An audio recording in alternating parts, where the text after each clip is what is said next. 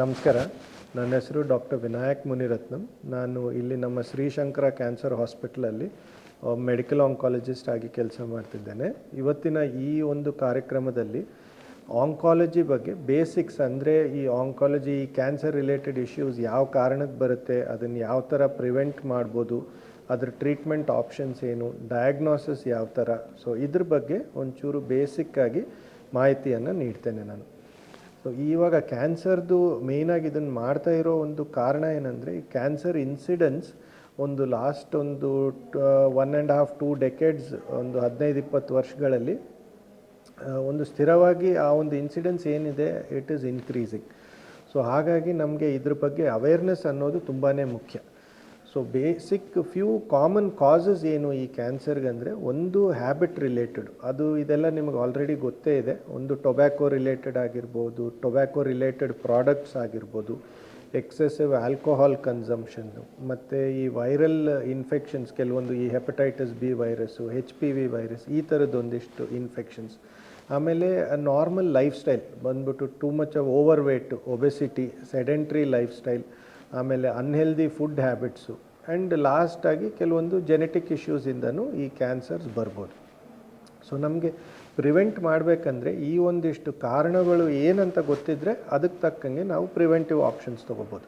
So ನಾನು ಹೇಳ್ದಂಗೆ prevent ಮಾಡಲೇಬೇಕು ನೀವು ಈ ಕ್ಯಾನ್ಸರ್ಸ್ನ, ಈ ಒಂದು ರೋಗನ, ಅಂದರೆ ಈ ಕಾಸಸ್ನ ನೀವು ಪ್ರಿವೆಂಟ್ ಮಾಡ್ಬೋದು. ಒಂದು ಬಂದ್ಬಿಟ್ಟು ಟೊಬ್ಯಾಕೋನ ಯು ಕ್ಯಾನ್ ಈಸಿಲಿ ಪ್ರಿವೆಂಟ್. ನಿಮ್ದು ಆ ಥರದ್ದು ಏನೇ ಒಂದು ಹ್ಯಾಬಿಟ್ಸ್ ಇದ್ದರೆ, ಟೊಬ್ಯಾಕೊ ಆಗಲಿ, ಸಿಗರೆಟ್ಸ್ ಆಗಲಿ, ಇಲ್ಲ ತಂಬಾಕು, ಈ ಥರ any tobacco related products, and ಈ ಗುಟ್ಕಾ, ಈ ಥರದ್ದೆಲ್ಲದೂ you can quit. The moment you quit, ಇವಾಗ ನಿಮಗೆ ಮೂವಿ ಥಿಯೇಟರ್ಸಲ್ಲೂ ತೋರಿಸ್ತಾರೆ, ದ ಮೊಮೆಂಟ್ ಯು ಕ್ವಿಟ್, ಆ ಒಂದು ರಿಸ್ಕ್ ಏನು ಬರುತ್ತೆ ಅದು ಸ್ಟಡಿಯಾಗಿ ಇಟ್ ಸ್ಟಾರ್ಟ್ಸ್ ಡಿಕ್ರೀಸಿಂಗ್.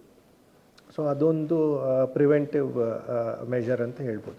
ಸೆಕೆಂಡ್ ಬಂದ್ಬಿಟ್ಟು ಎಕ್ಸೆಸಿವ್ ಆಲ್ಕೋಹಾಲ್ ಇಂಟೇಕ್, ಅದನ್ನು you can bring it down. Excessive ಆಲ್ಕೋಹಾಲಿಂದ ಆರ್ಗನ್ ಡ್ಯಾಮೇಜಸ್ ಆಗುತ್ತೆ, ಲಿವರ್ ಕ್ಯಾನ್ಸರ್ಸ್ ಬರೋದು, ಇಲ್ಲ ಗಟ್, ಈ GIದು ಅನ್ನನಾಳದ ಕ್ಯಾನ್ಸರ್ಸು, ಹೊಟ್ಟೆ ರಿಲೇಟೆಡು, ಈ ಥರದ್ದೆಲ್ಲ ಕ್ಯಾನ್ಸರ್ಸ್ ಬರ್ಬೋದು.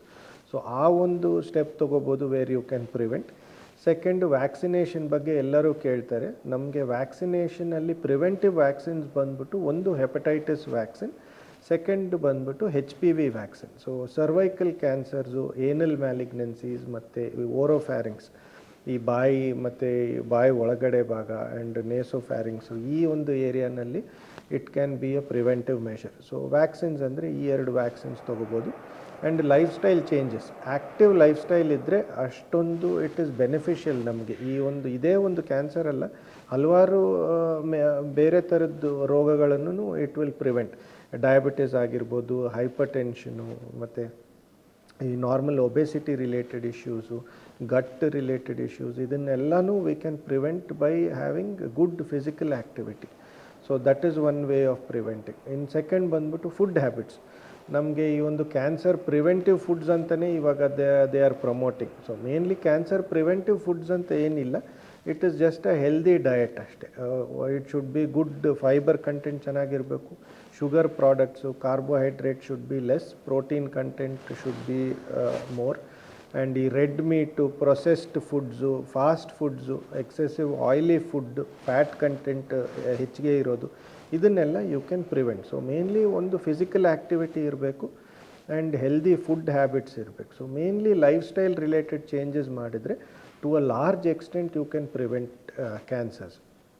ಆ್ಯಂಡ್ ಸೆಕೆಂಡ್ ಬಂದ್ಬಿಟ್ಟು it could be because of some gene mutations ಆಗಿರ್ಬೋದು, ಜೆನೆಟಿಕ್ ಇಶ್ಯೂಸ್, ಫ್ಯಾಮಿಲಿಯಲ್ಲು, ಈ ಥರದ್ದನ್ನು ಟೋಟಲಾಗಿ ಪ್ರಿವೆಂಟ್ ಮಾಡಲಿಕ್ಕೆ ಬರಲ್ಲ. ಬಟ್ ಅದ್ರ ಬಗ್ಗೆ ಒಂದು ಮಾಹಿತಿ ಇರಬೇಕು. In case early warning signs ಅಂತ ಏನಿದೆ, ಈ ಕ್ಯಾನ್ಸರ್ಸ್ಗೆ ಅರ್ಲಿ ವಾರ್ನಿಂಗ್ ಸೈನ್ಸ್ ಬಗ್ಗೆ ಗೊತ್ತಿದ್ದರೆ so you can diagnose it early. So ನೀವು ಬೇಗನೆ you can seek medical help ತೊಗೊಂಡು you can screen and you can diagnose it early. Almost ನಮಗೆ ಕ್ಯಾನ್ಸರ್ಸಲ್ಲಿ around 40% can be prevented. And if picked up early ಸ್ಟೇಜಸಲ್ಲಿ ಏನಾದರೂ ನಾವು pick ಮಾಡಿದರೆ majority of them can be cured also. So ಹಾಗಾಗಿ awareness ಇರೋದು ಭಾಳನೇ ಮುಖ್ಯ.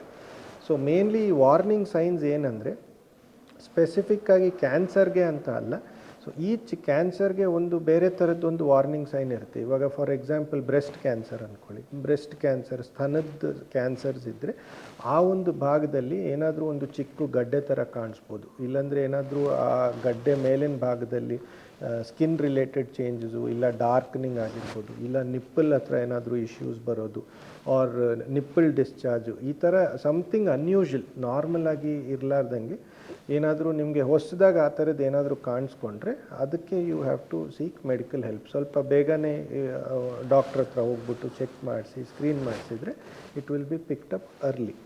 ಸೊ ಅದೇ ಥರ ಬಾಯಿ ಒಳಗಡೆ ಏನಾದರೂ ಇಶ್ಯೂ ಇತ್ತು ಅಂದ್ಕೊಳ್ಳಿ, it can start as a small ulcer ಆಗಿರ್ಬೋದು, ಇಲ್ಲಾಂದರೆ ಏನಾದರೂ ಒಂದು ಸ್ವಲ್ಪ ಒಳಗಡೆ ಮ್ಯೂಕೋಸ ಭಾಗದಲ್ಲಿ ಏನಾದರೂ ರಫ್ನೆಸ್ ಥರ, ಬ್ರಷ್ ಮಾಡಬೇಕಾದ್ರೆ ಬ್ಲೀಡ್ ಆಗೋದು ತುಂಬಾ. ಸೊ ಈ ಥರದ್ದು ಏನಾದರೂ ಇದ್ದರೆ ಅದಕ್ಕೆ ರಿಲೇಟೆಡ್ ಇರ್ಬೋದು. But having said that, most of these warning signs ಅಂತ ಏನು ಹೇಳ್ತೇವೆ, 90% or 95% of the times it is not cancer related, it must be something else. ಸರಿ, ಬಟ್ ಏನಂದರೆ ಟೆಸ್ಟ್ ಮಾಡಿಸೋದ್ರಿಂದ ಇನ್ ಸಮ್ ಅನ್ಫಾರ್ಚುನೇಟ್ ಸಿನಾರಿಯೋ ಅದು ಕ್ಯಾನ್ಸರ್ ಅಂತಲೇ ಬಂದರೆ it will be picked up early, ಆವಾಗ ಕ್ಯೂರ್ ಆಗುತ್ತೆ, ಆವಾಗ ಈಸಿಯಾಗಿ ಟ್ರೀಟ್ ಮಾಡ್ಬೋದು. ಸೊ ಕೆಲವೊಂದು ಈ ಥರದ್ದು ವಾರ್ನಿಂಗ್ ಸೈನ್ಸ್ ಗೊತ್ತಿರಬೇಕು. ಅದೇ ಥರ ಲಂಗ್ ಕ್ಯಾನ್ಸರ್ಸ್ ಅಂದ್ಕೊಳ್ಳಿ. ಲಂಗ್ ಕ್ಯಾನ್ಸರ್ಸ್ಗೆ it can start as a cough, ಇಲ್ಲ ಪ್ರೊಲಾಂಗ್ಡ್ ಕಾಫ್ ಇರ್ಬೋದು, ವಿಚ್ ಇಸ್ ನಾಟ್ ರೆಡ್ಯೂಸಿಂಗ್, ಸುಮ್ಮನೆ ಸಿರಪ್ಸ್ ತೊಗೋತಾ ಇರ್ತಾರೆ, ರಿಪೀಟೆಡಾಗಿ ಹೋಗ್ತಾ ಇರ್ತೀರ.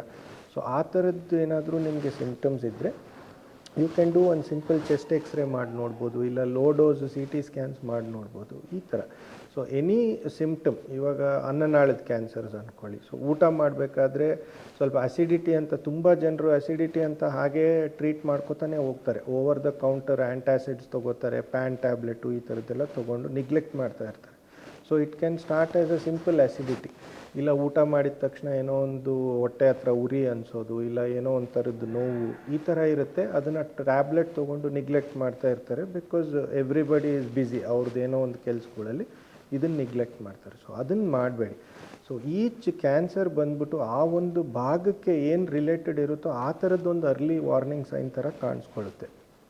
ಸೊ ಗರ್ಭಕೋಶದ ಅಂದ್ಕೊಳ್ಳಿ, ಗರ್ಭಕೋಶದ ಕ್ಯಾನ್ಸರ್ಸ್ ಬಂದ್ಬಿಟ್ಟು ಬ್ಲೀಡಿಂಗ್ ಆಗ್ಬೋದು.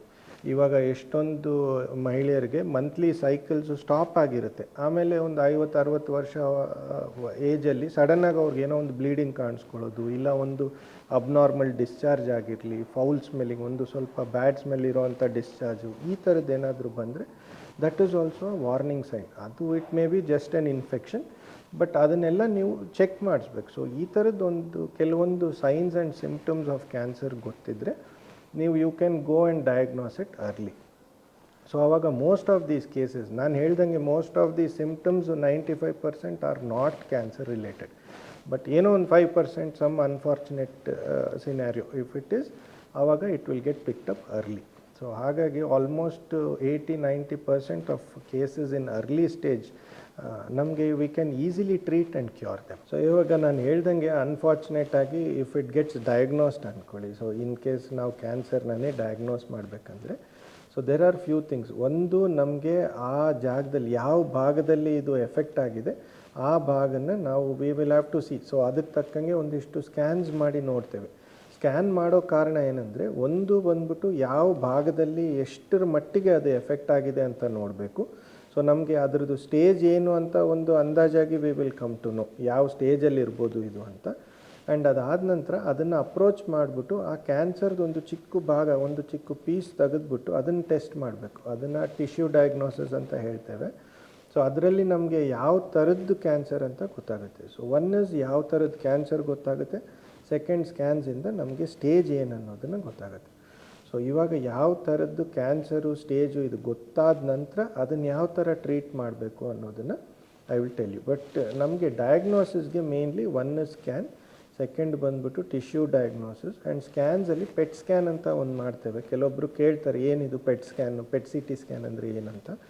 Pet CT scan is also ಒಂದು CT ಸ್ಕ್ಯಾನ್ ಥರನೇ, ಬಟ್ ಏನಂದರೆ ಕೆಲವೊಂದು ಏರಿಯಾಸ್ ಬಂದ್ಬಿಟ್ಟು ಹೈಲೈಟ್ ಆಗುತ್ತೆ, ಯಾವ ಭಾಗದಲ್ಲಿ ಈ cancer is, which area is it involving, ಎಲ್ಲೆಲ್ಲಿ ಹರಡಿದೆ ಇದು, which is cancer related, which is not cancer related, ಈ ಥರದ್ದು ಒಂದಿಷ್ಟು ಹೆಚ್ಚಿಗೆ ಮಾಹಿತಿ ಬರುತ್ತೆ ನಮಗೆ ಪೆಟ್ CT ಮಾಡೋದ್ರಿಂದ. ಸೊ ಅದನ್ನು ಮಾಡೋದ್ರಿಂದ ನಮಗೆ we will get a better understanding, stage ಬಗ್ಗೆನೂ ಗೊತ್ತಾಗುತ್ತೆ. ಸೊ ಪೆಟ್ ಸಿ ಟಿ ಒಂದು ಬೇಕು, ಟಿಶ್ಯೂ ಡಯಾಗ್ನೋಸಿಸ್ ಒಂದು ಬೇಕು. ಆ್ಯಂಡ್ ಟ್ರೀಟ್ಮೆಂಟ್ ಬಂದು it depends on the stage. So ಇವಾಗ ಅರ್ಲಿ ಸ್ಟೇಜಸ್ ಇದ್ದರೆ if it is surgically feasible, ನಮಗೆ ಅದು ಸರ್ಜರಿ ಮಾಡಿ ಅದನ್ನು ತೆಗಿಬೋದಂದರೆ surgery will be an option. And ನಮಗೆ 3 ಮೊಡ್ಯಾಲಿಟೀಸ್ ಇದೆ, ಬೇಸಿಕ್ ಮೊಡ್ಯಾಲಿಟೀಸ್. ಒಂದು ಬಂದುಬಿಟ್ಟು ಸರ್ಜರಿ, ಸೆಕೆಂಡು ರೇಡಿಯೇಷನು, ಥರ್ಡ್ ಬಂದುಬಿಟ್ಟು ಕೀಮೊಥೆರಪಿ. ಆ್ಯಂಡ್ ಇವಾಗ ಪರ್ಸ್ನಲೈಸ್ಡ್ ಟ್ರೀಟ್ಮೆಂಟ್ ಅಂತ ಮಾಡ್ತೇವೆ. ಸೊ ಅದು ಬಂದುಬಿಟ್ಟು ಟಾರ್ಗೆಟೆಡ್ ಥೆರಪಿ. ಸೊ ಕೆಲವೊಂದು ಸ್ಟೇಜಸಲ್ಲಿ ನಮಗೆ ಸರ್ಜರಿ ಆದಮೇಲೆ ಸಹ ರೇಡಿಯೇಷನ್ ಬೇಕಾಗ್ಬೋದು, ಕೀಮೊಥೆರಪಿ ಬೇಕಾಗ್ಬೋದು. ಸೊ ಇದೆಲ್ಲನೂ ನಿಮ್ಮ ಆಂಕಾಲಜಿಸ್ಟ್ ನಿಮಗೆ ಡೀಟೇಲಾಗಿ ತಿಳಿಸ್ತಾರೆ. ಬಟ್ ಕೀಮೊಥೆರಪಿ ಬಂದ್ಬಿಟ್ಟು ಇಟ್ ಈಸ್ ಒಂದು ಬ್ರಾಡ್ ಟರ್ಮ್. ಜನರಲಿ ಕೀಮೋ ಮೆಡಿಸಿನ್ಸ್ಗೆ ಏನಿದೆ ಅದನ್ನು we call it as chemotherapy. ಇವಾಗ ಆ್ಯಂಟಿಬಯೋಟಿಕ್ಸ್ನ ಯಾವ ಥರ ಹೇಳ್ತೇವೆ ಆ ಥರ. ಅದರಲ್ಲಿ ಹಲವಾರು ಟೈಪ್ಸ್ ಇದ್ದಾವೆ, ಒಂದೊಂದು ಕ್ಯಾನ್ಸರ್ಗೆ ಒಂದೊಂದು ಥರದ್ದು. ಆ್ಯಂಡ್ ಎಲ್ಲದ್ರದ್ದು ಸೈಡ್ ಎಫೆಕ್ಟ್ಸ್ ಅದೇ ಥರ ಇರೋಲ್ಲ. ತುಂಬ ಜನರು ತುಂಬಾ ಸೈಡ್ ಎಫೆಕ್ಟ್ಸ್ ಬರುತ್ತೆ ಅಂತ ಭಯ ಪಡ್ತಾರೆ. ಥಿಂಗ್ ಇಸ್, ಅದು ಎಲ್ಲ ಕೀಮೊಥೆರಪಿದು ಸೈಡ್ ಎಫೆಕ್ಟ್ಸ್ ಒಂದೇ ರೀತಿಯಲ್ಲಿ ಇರೋದಿಲ್ಲ. ಕೆಲವೊಂದು chemotherapy are very well tolerated. And ಏಜಿಗೆ ತಕ್ಕಂಗೆ ಅವರು ಯಾವ ಥರ ತಡ್ಕೋತಾರೆ ಅದನ್ನೆಲ್ಲ ನೋಡಿನೇ ನಾವು ಕೀಮೊಥೆರಪಿ ಸಜೆಸ್ಟ್ ಮಾಡೋದು. So this is in brief ನಮಗೆ ಕೀಮೊಥೆರಪಿ ಯಾವ ಥರ ಅಂತ. ಆ್ಯಂಡ್ ಸೆಕೆಂಡ್ ಬಂದುಬಿಟ್ಟು ಟಾರ್ಗೆಟೆಡ್ ಥೆರಪಿ. ಸೊ ಇವಾಗ ಏನು ಮಾಡ್ತೇವೆ, ನಾನು ಆವಾಗಲೇ ಡಯಾಗ್ನೋಸಿಸ್ ಟೈಮಲ್ಲಿ ನಿಮಗೆ ಒಂದು ಟಿಶ್ಯೂ ತೊಗೋತೀವಂತ ತಿಳಿಸಿದ್ದೆ ಅಲ್ವಾ.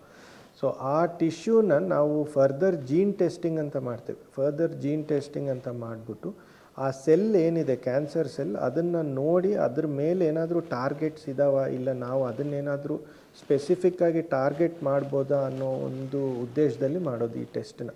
ಸೊ ಅದು NGS ಅಂತ ಒಂದು ಟೆಸ್ಟ್ ಮಾಡಿಬಿಟ್ಟು ಟಾರ್ಗೆಟೆಡ್ ಥೆರಪಿ ಆಪ್ಷನ್ಸ್ ನೋಡಿ ಅದಕ್ಕೆ ತಕ್ಕಂಗೆ we give targeted therapy or personalised precision medicine ಅಂತ. ಸೊ ಅದರಿಂದ advantage is effect is better because ಅದು ಸ್ಪೆಸಿಫಿಕ್ಕಾಗಿ it will target those cancer cells. And ಬೇರೆ ಸೆಲ್ಸ್ ಮೇಲೆ ಅಷ್ಟೊಂದು ಏನು ಸೈಡ್ ಎಫೆಕ್ಟ್ಸ್ ಬರಲ್ಲ. ಸೊ ಹಾಗಾಗಿ side effect is also much less. So it is well tolerated ಈ ಟಾರ್ಗೆಟೆಡ್ ಥೆರಪಿ ಅನ್ನೋದು. ಆ್ಯಂಡ್ ಇನ್ನೊಂದು ಬಂದು immune system. So immune therapy ಬಂದ್ಬಿಟ್ಟು ನಮ್ಮದು ಇಮ್ಯೂನ್ ಸಿಸ್ಟಮ್ ಏನಿದೆ that is the first line of defence. So ಏನೇ ಒಂದು ಫಾರಿನ್ ಬಾಡಿ ಇರಲಿ, even if it is an infection ಆಗಿರ್ಬೋದು or it is a cancer cell, cancer ಸೆಲ್ನೂ it will look at it as a foreign body only because ಅದು it is not normal. But cancer ಸೆಲ್ಸ್ದು ಏನಂದರೆ it has a way of escaping immune system. So ಅದು ಕಂಡು ಹಿಡಿಲಾರ್ದಂಗೆ it will escape. So ಆ ಥರದ್ದೊಂದು mechanism ಇದೆ cancer ಸೆಲ್ಲಲ್ಲಿ. ಸೊ ಈ ಇಮ್ಯುನೊಥೆರಪಿ ಬಂದ್ಬಿಟ್ಟು it will make the immune system recognise cancer cells better. So cancer cells ಮೇಲೆ ಆ ವ್ಯಕ್ತಿದು ಓನ್ ಇಮ್ಯೂನ್ ಸಿಸ್ಟಮೇ ಆ್ಯಕ್ಟ್ ಮಾಡುತ್ತೆ. So that is immunotherapy.